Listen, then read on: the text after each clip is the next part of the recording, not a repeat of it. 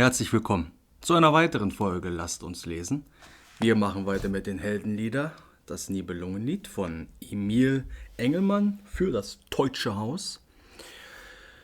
Auf der Seite werde ich die Seite einblenden, die ich aktuell lese, damit wir gemeinsam lesen können. Und da oben werde ich eine Infokarte einblenden, die euch zu den vorherigen Folgen führt. So, wir haben aufgehört bei dem 4. Abenteuer. Nochmal zur Erinnerung, das erste Abenteuer war, wie Kriemhild träumte, da haben wir Kriemhild kennengelernt.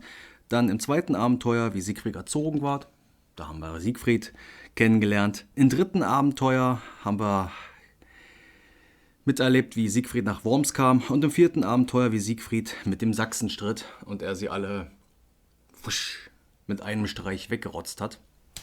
So Herr der Ringe mäßig, kann ich mir das nur vorstellen. Und jetzt sind wir beim 5. Abenteuer.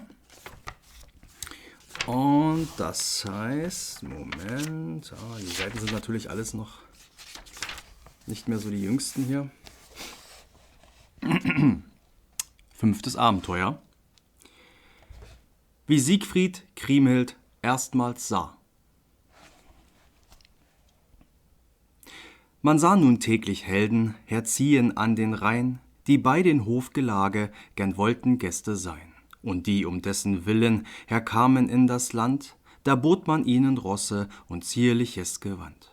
Es waren auch die Sitze für alle schon bereit, die höchsten und die besten, denn zu der Hochgezeit, da kamen 30 Fürsten mit Mannen ritterlich, es schmückten um die Wette die schönen Frauen sich. Gar viel geschäftig zeigte sich Geiselher das Kind, die Freunde und die Fremden empfing er frohgesinnt, mit Gernot seinem Bruder und ihrem ganzen Bann, da grüßten sie die Degen mit Ehren Mann für Mann. Viel goldgeschmückte Sättel, die führte man ins Land, und Ziere blank Schilde und herrliches Gewand, die brachten sie zum Feste herbei zum grünen Rhein, jetzt mochte manche Wunde gar schnell genesen sein. An jeder konnte leben in Gunthers Gastlichkeit, wie er nur immer wollte, es hatte gute Zeit. Die frohen Gäste alle, so viel man deren fand, in Freude stand in Wonne jetzt ganz Burgundenland. An einem Pfingstenmorgen, da zogen sie heran, gar wonniglich gekleidet, die Degen Mann für Mann, 5000 oder drüber zur frohen Hochgezeit, da war wohl allenthalben Kurzweil und Fröhlichkeit. Der edle Wirt Herr Gunther, der hatte längst erkannt, dass seine Schwester liebe, der Held von Niederland, der Mann den Preis der Schönheit von allen mußt gestehen, Kriemhild die Minnigliche, die er noch nie gesehen. Er sprach, nun ratet alle, ihr lieben Freunde mein, wie diese frohen Tage am besten möchten sein, auf dass uns nicht entschelte, gar nach der Festlichkeit, es liegt ja in den Werken des Lob zu aller Zeit. Da sprach zu König Gunther, der Degen Ortewein, wollt ihr mit vollen Ehren bei diesem Feste sein, so sorget, dass die Gäste in Ehren schauen auch, die Frauen und die Maide, denn das ist Festgebrauch. Was ist des Mannes Wonne, was mag er lieber schauen, als Jungfrauen minnigliche und holterblüte Frauen, drum lasset eure Schwester vor euren Gästen gehen, der Rat war manchem Helden zu Lieb und Leid geschehen.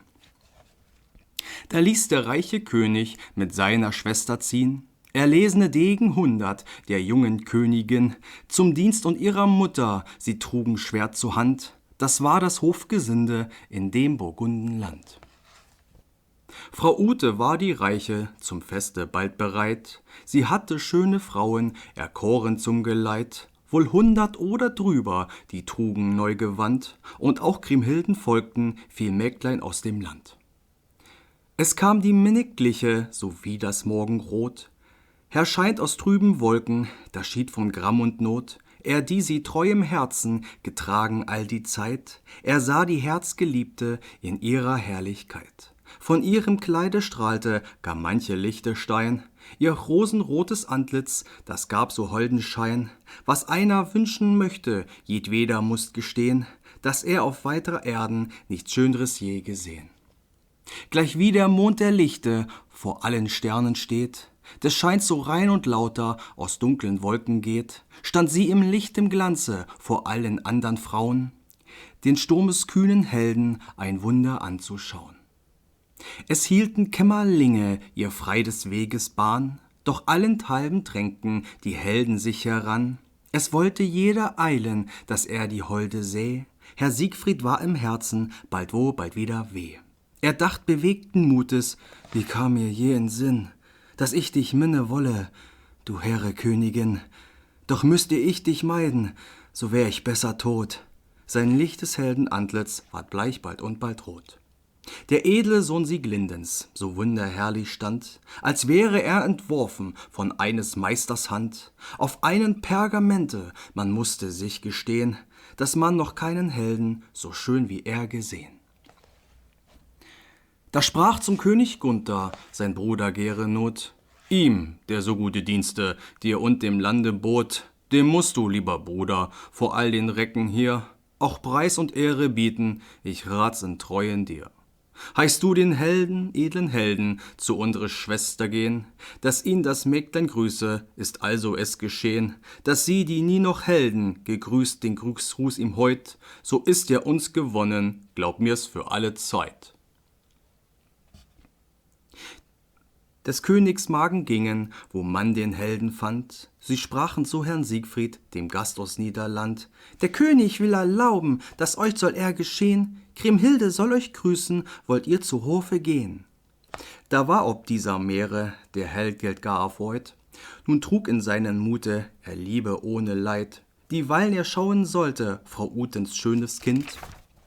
Gar schnell schritt heut zu Hofe der Sohn der Frau Sieglind. Als sie den Hochgemuten so herrlich vor sich sah, wie Feuer war das Antlitz Kriemhildens plötzlich da. Willkommen, sprach sie, Herr Siegfried, wie edler Ritter gut. Da hob sich von dem Gruße gar hoch im Herz und Mut. Er neigte sich ihr sittig, als er den Dank ihr bot. Er zwäng sie zueinander, sehnlinder Minne Not. Mit lieben Blick der Augen sahen sich die beiden an. Der Degen und das Mägdlein, das ward ganz still getan. Ob er auch verstohlen, vielleicht die Hand gedrückt, im herzensfroher Minne, das ist mir nicht geglückt, zu hören, doch ich glaube, dass er es wohl getan, zwei Minne frische Herzen, die tun bloß recht daran. Nichts in des Sommers Tagen und nicht zur Maienzeit mocht hegen er und tragen solch hohe Freudigkeit, als jetzt, wo er von Freunden die beste Jahr empfing, da ihm die Herzgetraute so hold zur Seite ging. Hei, dachte mancher Degen, wär es doch mir geschehen, dass ich zur Seite ging, so wie ich ihn gesehen, der Maid der Wunderholden, das nehm ich gerne hin, nie dient so gut ein Recke je einer Königin. Und als sie ging zum Münster, gefolgt von ihren Frauen, an hoher Zier vor allen, gar herrlich anzuschauen, da ward im Dom Herr Siegfried die Weile gar so lang, er konnte kaum erwarten das Ende von dem Sang.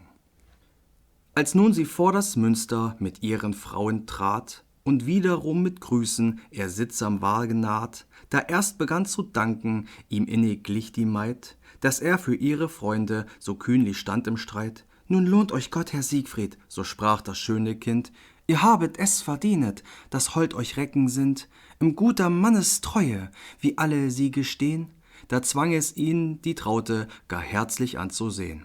Stets will ich ihnen dienen, sprach er in Freud gehasst, und nimmer wieder legen mein Haupt zu Ruh und Rast. Bin ich vollbracht ihr Wollen, hält mich das Leben an, und euch zulieb, Kriemhilde, wird alles dies getan.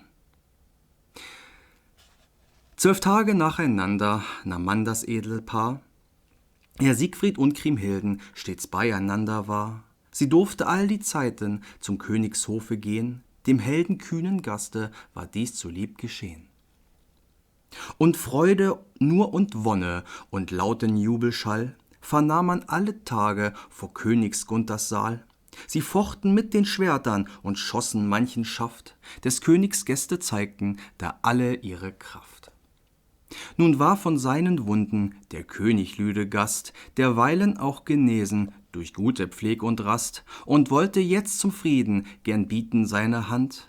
Da ging der König Gunther hin, wo er Siegfried fand, und bat um Rat den Degen. Nun saget, Freund, mir du, die Sachsen möchten ziehen, was ich am besten tu. Um stete Sühne gehen, inständig sieh mich an. Nun rate mir, mein Lieber, was durch dir wohl getan? Was sie mir zinsen wollen, das künde ich dir gern.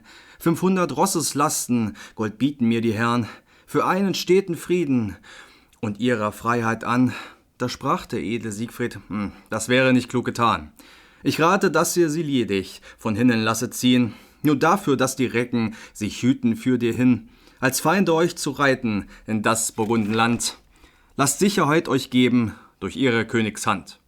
Dem Rate will ich folgen, der König Gunther sprach, viel Schilde Gold beladen trug man herbei danach. Die gab er ungewogen zum Abschied ihnen hin, so riet dem König Gunther Siegfried der Degen kühn.